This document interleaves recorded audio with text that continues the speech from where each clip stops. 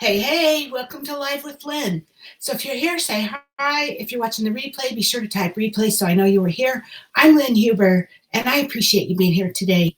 So today I'm going to talk about being in charge of your life doesn't mean closing the door on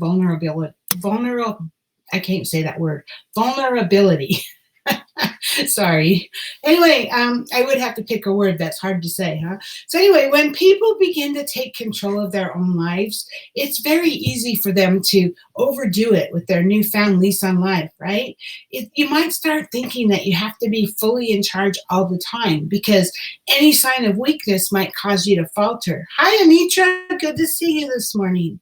Or maybe because you think that you have to have all the answers if you're going to be the leader. And I see that happen, and I think it's sad because a leader doesn't have to be a know-it-all. A leader has to have a servant heart. That's really what a leader is. It's not about being a know-it-all, but people get confused, I think. But anyway, this can backfire on you if you're a business owner who needs the input of others to succeed, because you might shut out other people's advice and try to handle everything on your own, attempting to be completely rock solid. And, how's that beneficial to you? How are you going to grow if you think you know it all, right? So while obviously you can't be flimsy and you can't be a doormat, we get that. You also can't go to the other extreme and be completely hard either. You have to find a reasonable middle ground. The best part of being human is being able to connect with other humans. We're hardwired for it. We live in tribes and families. We work in groups. We love as couples. We thrive in friendships. The drive to connect is in all of us, whether we want to acknowledge it or not. I mean, we need to be connected. It's just part of human nature. Closing off everyone and everything and trying to be completely invulnerable is one of the worst things that you can do when you're trying to help yourself. By doing this, you're going to drive away all your friends and those who genuinely are trying to help you succeed by giving you good advice. You're going to find yourself to be less confident and sometimes depressed because you're trying too hard to be strong and make it look like you have all the answers. Vulnerability is the driving force of connection. It's brave. It's tender. It's impossible to connect without it, but we've turned it into a weakness. It's not. It's brave, actually. It's not weak. But by closing off access to your friends and your peers, you cut off potential opportunities for networking and success.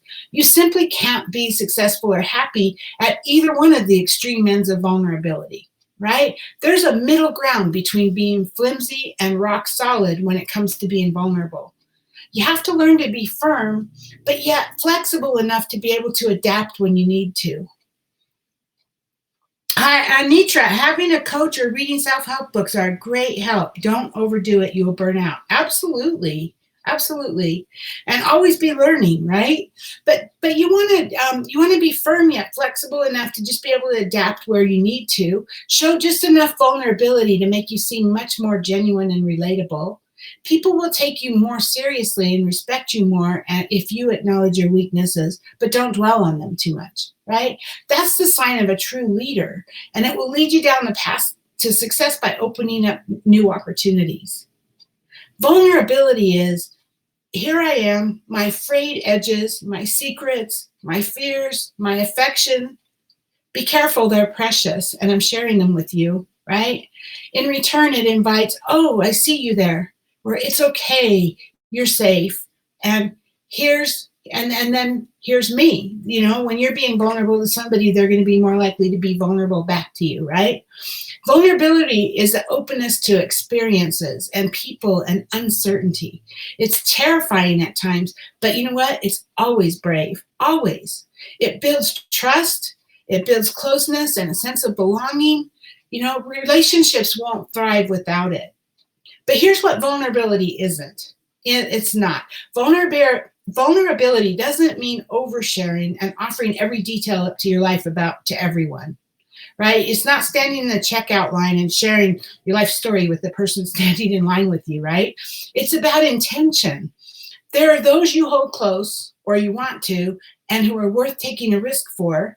You open up, you let them know the real you, you offer up some of yourself and hope it will be received. But then there are those who may not have earned your vulnerability. So you have to find that balance. It can be difficult to find the appropriate balance between vulnerability and strength. And it also can vary from person to person, or even whatever the situation is that you're in at the time. Of course, there are times to be guarded, but there's also times to be vulnerable. And Anitra says, if I dwelt on my change, I would get nowhere. On my challenge, I would get nowhere. Yeah, I agree. So life happens. It really happens in the midst of our vulnerability.